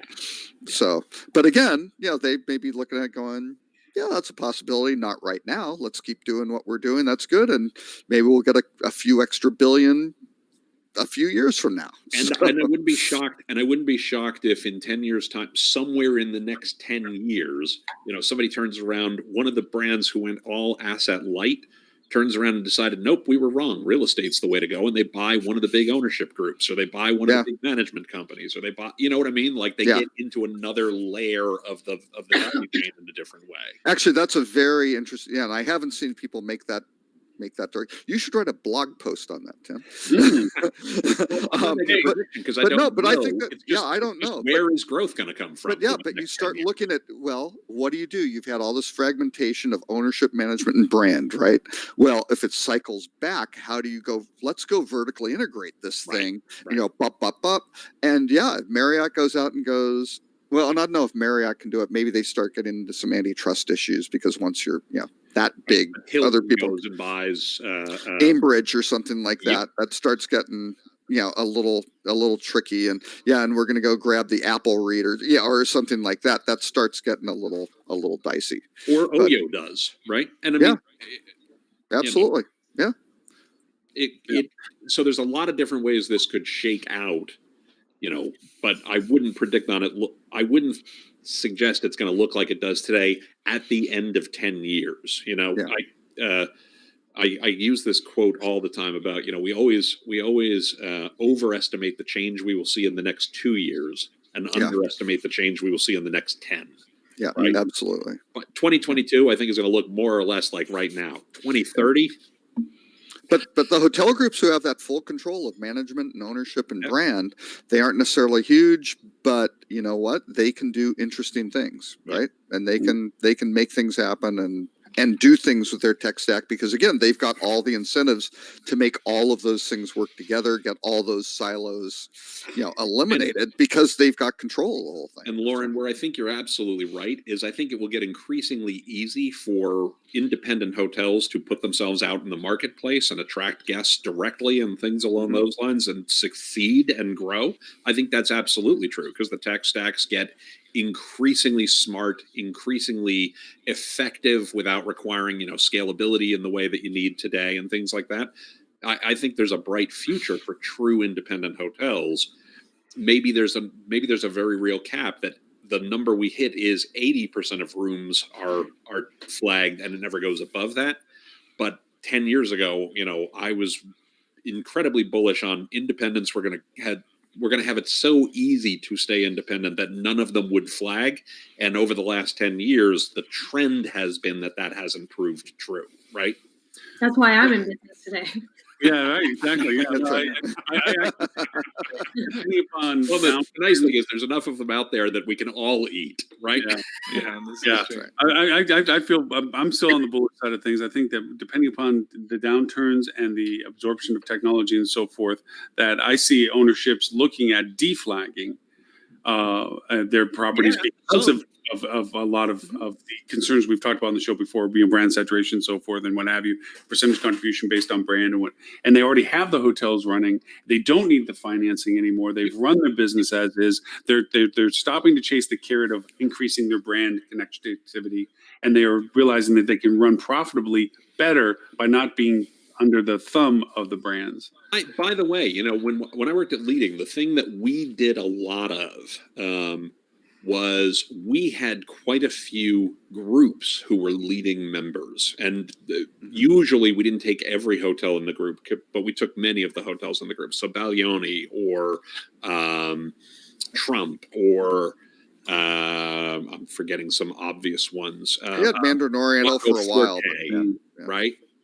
And what we were always conscious of and cautious about, and I've been gone long enough that I think I can say this without violating any, confidentiality or things like that. This is 8 years ago, right? Almost 9 years ago, is that what we didn't want to be was training wheels for groups, right?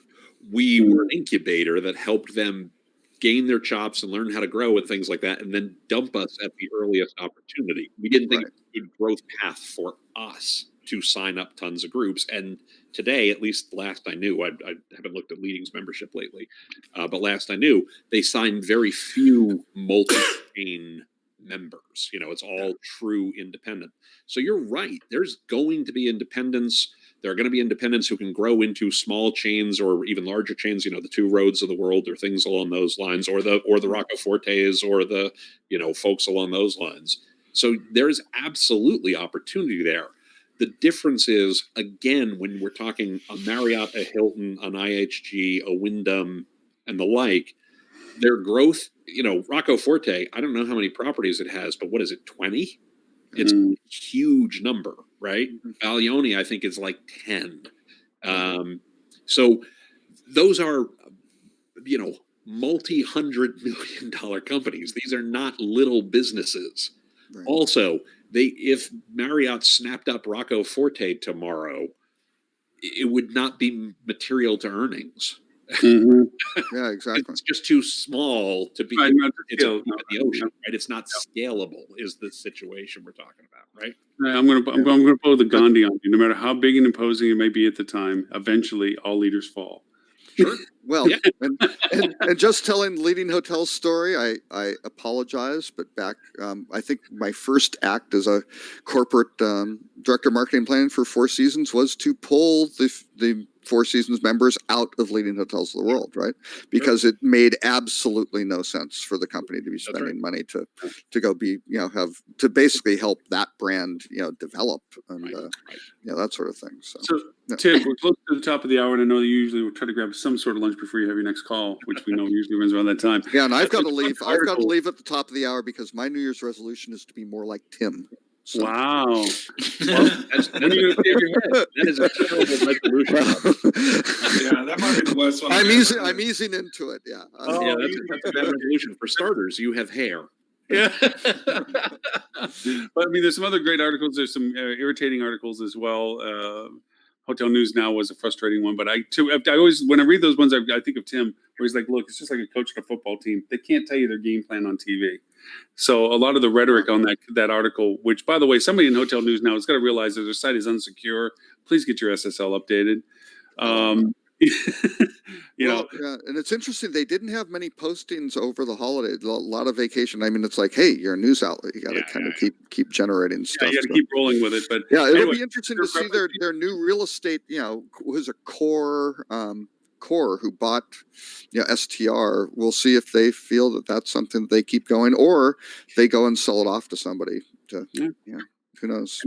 Any preference, Mr. Tim? The only one I'm going to say was, I would encourage everybody, as I like to do.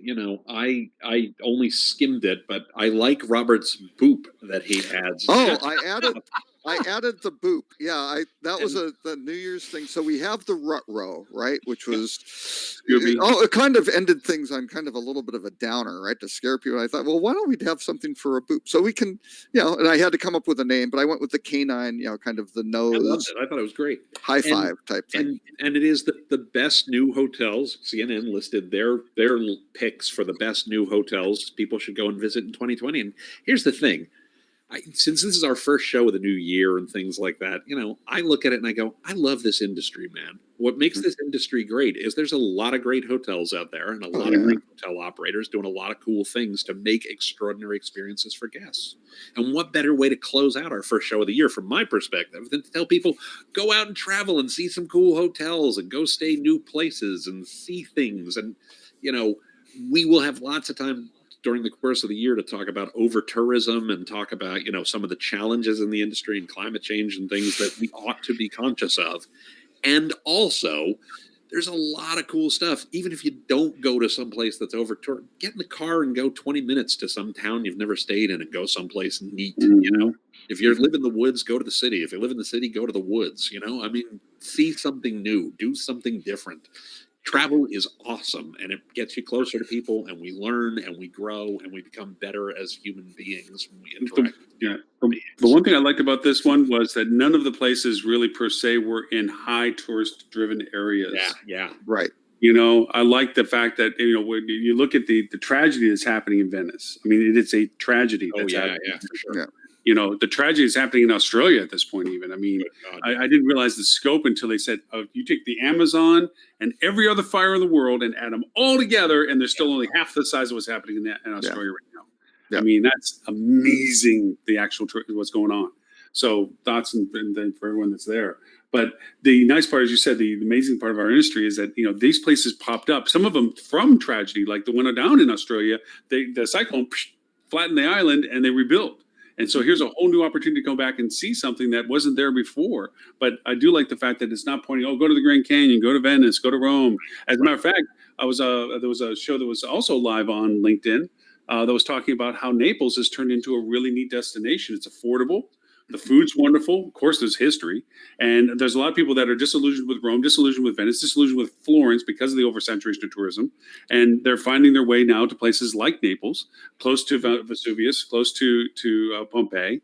And they're having a whole nother venue of opportunity that, yes, they got tourists before, but now they seem to be back into a little bit more of a spotlight because it is something different than what's being oversaturated.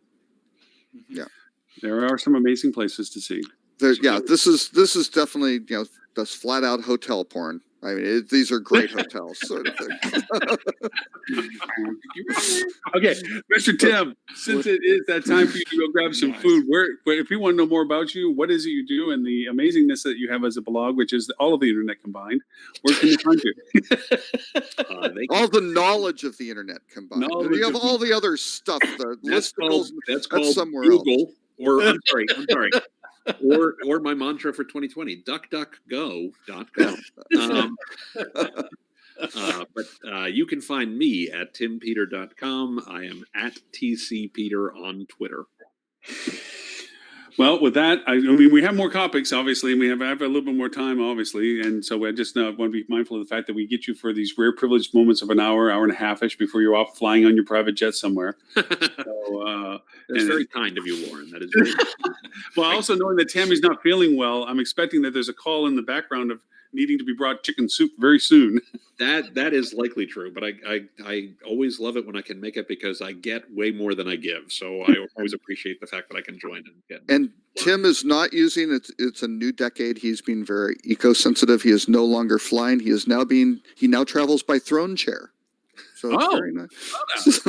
Yeah. Well, I'm trying to bring jobs into the economy. Exactly. He's helping employment. You find health, exercise. Like carry that thing around. Talk about employee wellness. We need to get some exercise, folks. Let's go. Let's go to the liquor store. And I do want to take a moment to remind everyone that Tim will be, along with all of us, at the marketing conference for HSMAI January 23rd, the day after the Adrians, where we'll be seeing Stuart walk around with his platinum award, or I know he's already got a gold, but if he gets platinum, 22nd, there's no conference room big enough for his head, because he'll be like, boom, boom. I'm sorry, did you see this award? Did you see that? So we know that's going to happen, but all of us are going to be. If you listen to his show now, it is now called the award-winning Fuel Travel Podcast, not just the Fuel Travel Podcast. The award. And well-deserved award, by the way. A well-deserved award. Absolutely. I would argue it is the best pure podcast in the industry for folks wanting to learn how to market more effectively. Absolutely true. And he's got a good team of, I think, range far afield. I think we are tongue-in-cheek calling it award-winning. Yeah. Oh, no. It's deservedly so. I thought I saw Melissa pop in and watch the show a little bit. I didn't know if from your team. She did. Yeah. She'll be on the show this afternoon, and she might have a rant today. She had put together notes for a show that we decided, it's the first time we've ever decided to not run a show as was written, because it was a full-on rant companies and how bad they are. But a full-on rant on what? PMS companies. Oh, yeah. Property management systems, and how bad they are and how bad their booking engines are, because they're really, really bad. But we decided we're going to do one on gift cards, actually, based on Lily and I did a presentation for AHOA a few weeks ago on gift cards. So we're going to kind of repurpose that as an episode. Okay. So Stuart, new business model. You should do that show, record it, and then sell it as pay-per-view. I think that would be just like the big boxing fight. It would be yeah, it'd be like it's going to come out in some form. I think we just need to soften it a little bit, because Melissa I've worked with her for over a decade, and I've never seen her as livid as she's been in the last couple of weeks working. You all what I would affectionately refer to as idiots. Yeah. Okay, you got to share that privately, Stuart. Come on. So did you guys record the show? Did you record it? Or no, she just it's a script. Some notes, some script, okay. Yeah, we don't really script it. We just kind of have a framework, an outline of an episode, and then we just kind of, as you can tell, we drink beer and talk bollocks. But wait, so you don't do the script that we do here on the show, the highly prepared, heavily rehearsed. Yeah. Oh, this is hours. 4 days of rehearsal. Goes. Tim's podcast is here, production quality, then this, and then ours is like on the floor from there. So no, it's actually. That's not fair. I've been on it. You guys are organized. Yeah, you guys are organized. No fooling about this. This is organized. Yours is organized. No, but it is for those who are not familiar with this podcast. It is at fueltravel.com/podcast, right? Mm-hmm. Yeah, sure is. And Tim's got a phenomenal podcast. Yes, he does, and it always makes me feel smarter. Thinks out loud. Makes you feel smarter. Oh, yeah. I don't know. I thought Makes me feel I smarter. Actually, it makes me realize I'm dumb and then get smarter as I listen. So yeah. I do. I have That's to echo inferior. a compliment about your podcast. I will listen to your podcast, follow your train of thought, and always get an aha moment out of it. Going, yeah, you're really good. There's two things Tim does really, really well. One, he threads things together into a single. We need to stop this. But there are only Well, there are let me only finish. two, Tim. So that's it. That's it. That's Yeah, the there's end of only the two list. things. Everything else you suck at. But the things you do really well. Okay, that's better. You thread multiple things together into some really concise in digestible thought, which I really like. And a lot of times it's a thought I didn't already have, which it's rare, right, that people can do that on a consistent basis. So kudos to that.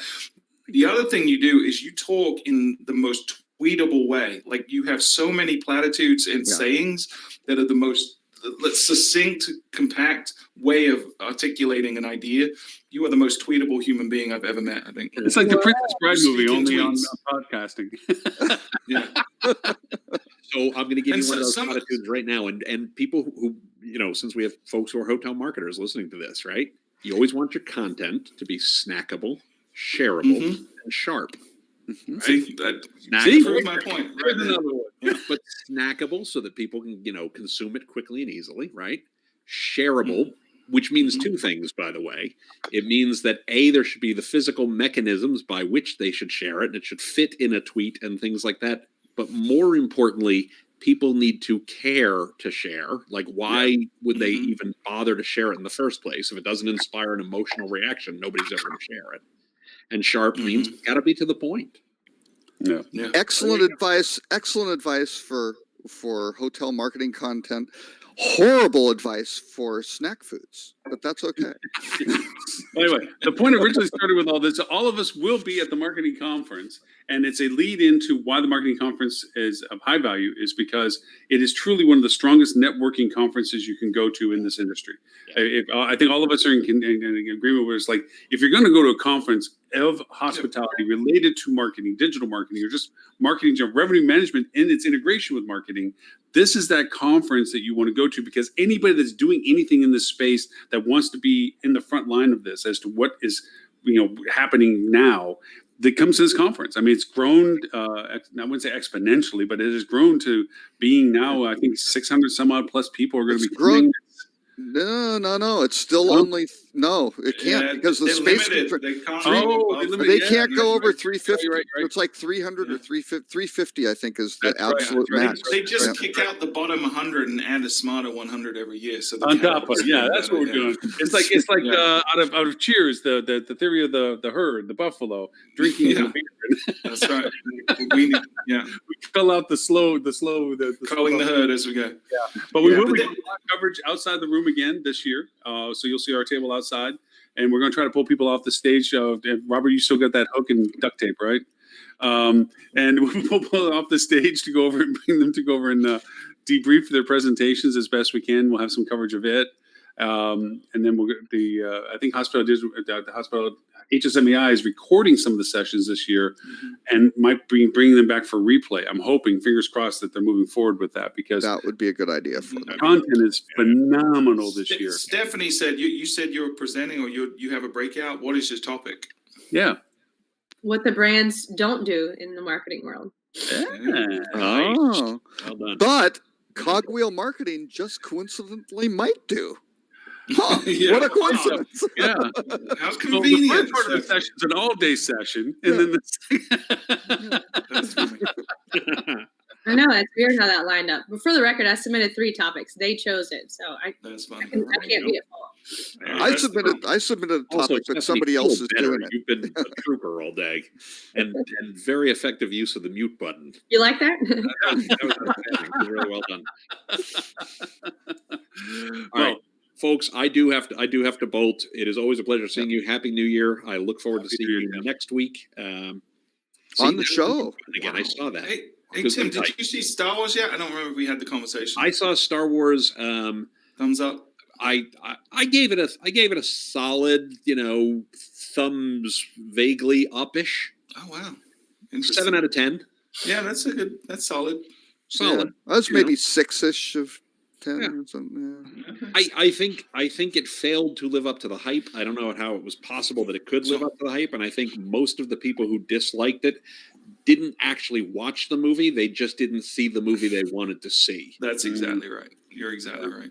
It's an okay movie. It's not the best movie. It's not the best Star Wars movie, but if you watch it as a movie, it's an okay movie. Go see Knives Out, though. That's the best movie in theaters right now.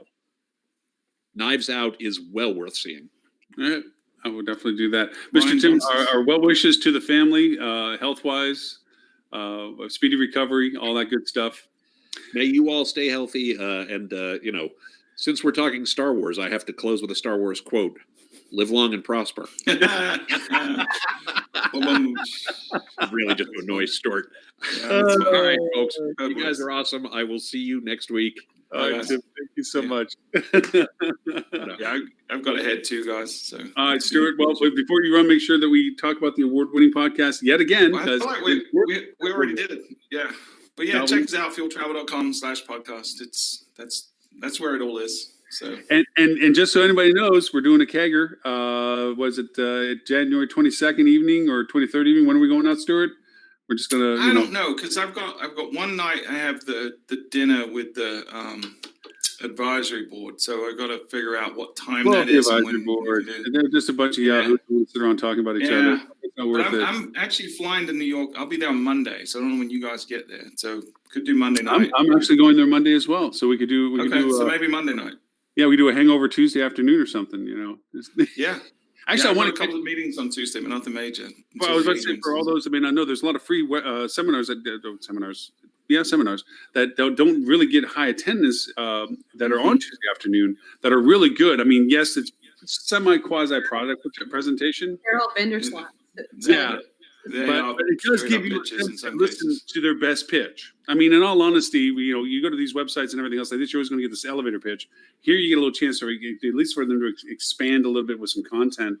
And not all vendors are evil or bad, but then, there are those that are. We can give you a list if you like. Just send an email. We'll send you a list. Some of them definitely are. Some of them are definitely evil. By the way, Stuart, thank you very much as always. Yeah. The happiest. Oh, and we're going to have a booth this year at the show. You know how they had the little table toppers in the main conference room. So we got one of those this year. What do you give away? What kind of exclusive? We give away free handshakes, hugs, and the gift of knowledge. So those are the gifts that we give. For those who know how to turn it on. Okay. Yeah.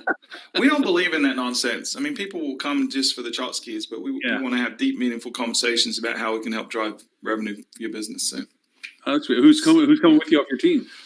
I got a couple. Ben's definitely coming, and we're trying to figure out if one other person's going to come too. So you bringing any honey in the beer? What's going on? I mean, some of the good stuff. I might bring some homebrew if I can smuggle that into my. I don't know if I'm going to check it back. I could check a cooler. You got me thinking. I might bring some homebrew for you to try.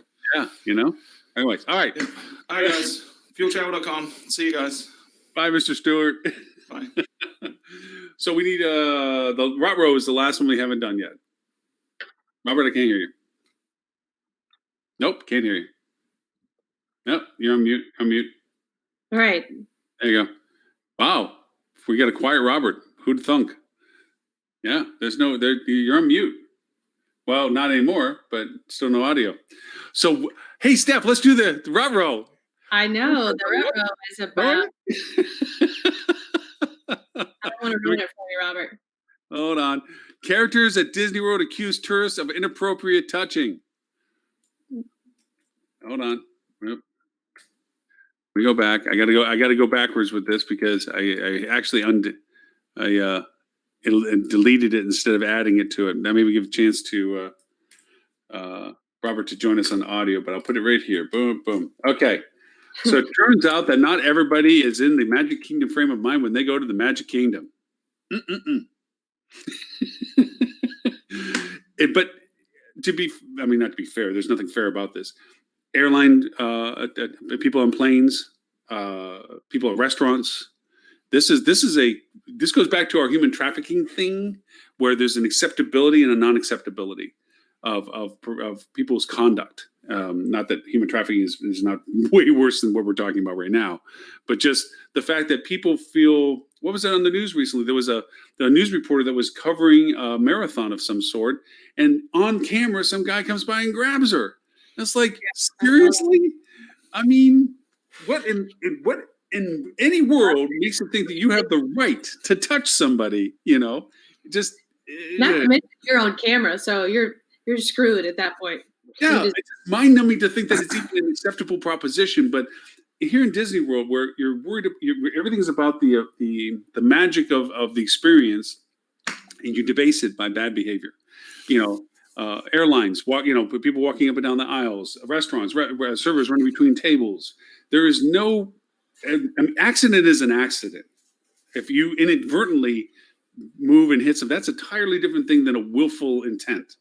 There has to be that distinction. There, you bump into people anytime. I mean, you may not see them or whatever have you, but and some of them can be funny as to how you bump into them. But the idea of willfully doing this kind of conduct is, and this happens in hotels too. And I mean this from having been a GM. I had housekeepers that had to come tell me about guest conduct when they were servicing a room or in a hallway. My servers in restaurants. When people think they can get away with this kind of stuff, that they think that they have the ability to act like this is ludicrous and totally zero tolerance and acceptable. It's not a matter of, oh, well, sir, maybe sure it doesn't happen again. I mean, inadvertently, like, get the hell out of the hotel. You don't be here. That's why, isn't it now 3 states that have the panic devices approved for housekeepers, or it's required by state law? I think required. Yes, there's more states that have it available, but it's not a law yet. Yeah. California's one, Oregon. Washington, definitely. I thought it was Illinois, Washington, and Illinois. Okay. That would make sense. Can you guys hear me now? Yeah. I got you. Oh, good. I came back. I don't know what the problem was. Actually, I've got to run. Actually, that was partly when I saw it when I came up with the boop. It was because of this rut row. So I thought we need to balance this stuff out. But actually, I have to run. Yes, this is a horrible topic, and I don't know. Certainly with the with devices for notifications and things like that. But I don't know how you really control some of that stuff. I mean, it's just obviously not socially acceptable, and you've got to somehow do that. But I don't know. The preventive measures for it are. I don't know. I mean, even as you point out with the camera, even on camera, people are willing to try to do something stupid like that. Yeah. I don't know if it's as preventable as it is. How do you handle it once it's been made aware? Right. I think that's how you react to prevention's always the best. But this is a tough one. But anyway, I've got to run. I will see you guys next week. Robert Cole, if you want to know more about you, where do they find you, sir? rockcheetah.com or at Robert K. Cole on social media. Thank you, Mr. Robert. See you guys later. Bye. I know. Steph, I'm sorry. We kept walking over when you were going to say something. No, the part that made me sad, if you read all the way to the bottom of the article, they think that the woman that, accosted the employee at Disney, that she might have dementia. And that just makes me extra sad because dementia is a brutal thing to deal with in any capacity. So not to say that the employee deserved it, but it still makes me double sad. No, it's true. I mean, I lost my mom to dementia. It comes on quick, and it is you lose them, but you don't lose them. And same too with Alzheimer's and anything like this, or anyone that has special needs being taken advantage of because of their limited capacity or something, in as itself makes it twice as brutal. It's one thing. No, it's not even that. There's just no excuse to any of it. There's just, I mean, in the world of anything, there is no rationale that says that you should be allowed or have the capacity to be able to do something like this to anyone, regardless of their capacities. And this is just an example of it from what we see on anything from a hospitality side. And again, going back to, and I'm sure when Kat joins us on the show again, a constant reaffirmation that this is the month for human trafficking awareness. That is the base aspect of this. That can be happening, but there are several levels also associated with it, like this inappropriate touching, groping, and so what have you, and inappropriate conduct with anybody that's on your team. That you should make sure that everybody in the team that you work with is aware that they have a channel of communication, that they can go without any sort with impunity, because they should have every right to be able to bring this to attention that this happened to them in some capacity, so that the appropriate actions can be taken. That if this is a guest that's acting inappropriate, then management has to react to that. It can't just, oh, hey, they're here for X number of nights, spending X number of dollars. Just, we'll just stay away from them. That doesn't work anymore. That's not an answer to the solution. That you have to go in and solve the issue directly with the person that created the problem. So there is no tolerance. There is zero tolerance capacity for this kind of stuff anymore. So not to leave it on a sour note, but yeah, we went through the best amazing places to stay, and then we went through the reasons that there's still issues that we always have to take care of. But it is a fun New Year's, and thank you for making it through the. I know you have been fighting the coughing and the everything else process to it, but it's a joy to have you back on the show, Steph. If they want to know more about Cogwheel Marketing, what you do, and where they can reach you, where is it they can find all that?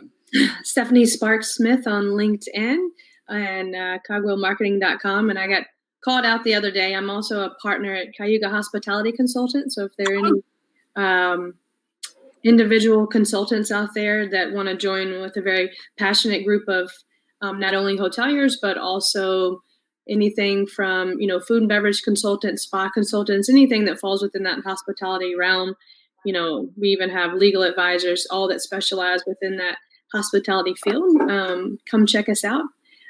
Cayuga Hospitality Consultants. It's interesting you bring that up, because I've been pursued by several different fractions of saying, hey, we're an aggregate of consultants and we bring things to the table.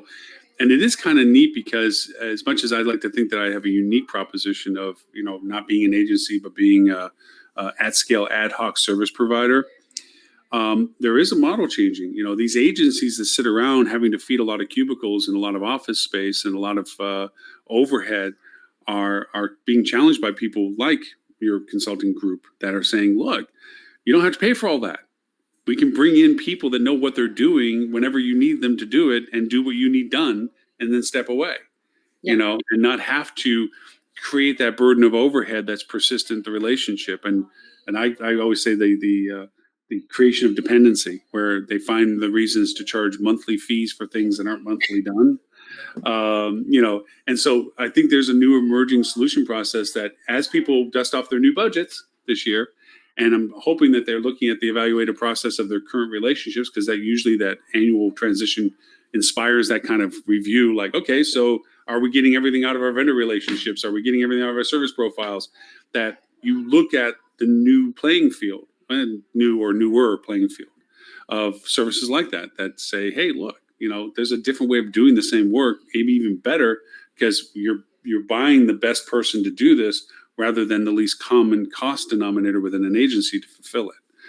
What I call checkbox services. So, yeah, there's definitely two different things that we've noticed happening in terms of do you need someone full time on a regular basis to do this versus just bringing somebody in to do analysis when you're buying, selling, whatever, transitional, and then also just project work in terms of are our vendors providing, do we need somebody to keep this in check from a performance standpoint? So it's and there's also the value of the network, meeting other individual consultants that are in the same boat, where you can find synergies and partner together on specific projects. And if people don't understand that we're competing with each other, we really don't. It's like a big ocean. It's kind of like, we do the same things, but that's like saying I have a cup of water compared to the ocean. It's like there's plenty of business for and it's a matter of preference of how you like things done and who you do them with. It's, the world's big enough for everybody to exist. There's too much business for one of us, let alone two of us, let alone 1,000 of us. So, it's a matter of how you like business being done and the experience of the people you're working with. And there's plenty of great resources out there, you being one of them. So now that we solved the world's problems. All right. Well, Steph, thank you very much again for the time. For everyone that joined us on all the live platforms that we broadcast on, I'm going to be doing my podcast after this and a quick recap of some of the conversations we had.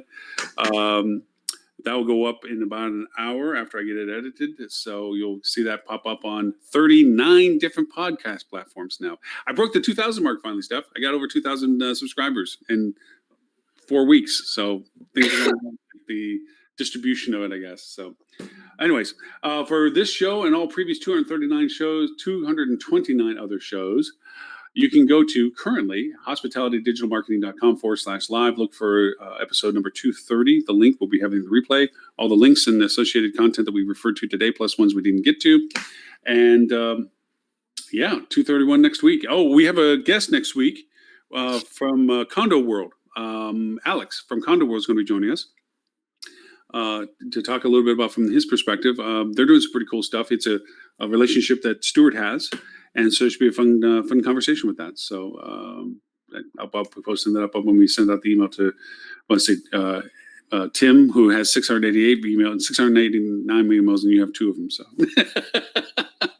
all right. With that, thank you, everyone, and we'll see you next Friday, 11:30 Eastern. Remember, this gets co-signcast APAC 11:30 Wednesday Sydney time, and London 11:30 London time for the EU group. So, with that, bye, everyone. Have a good one. Happy New Year. Thank you.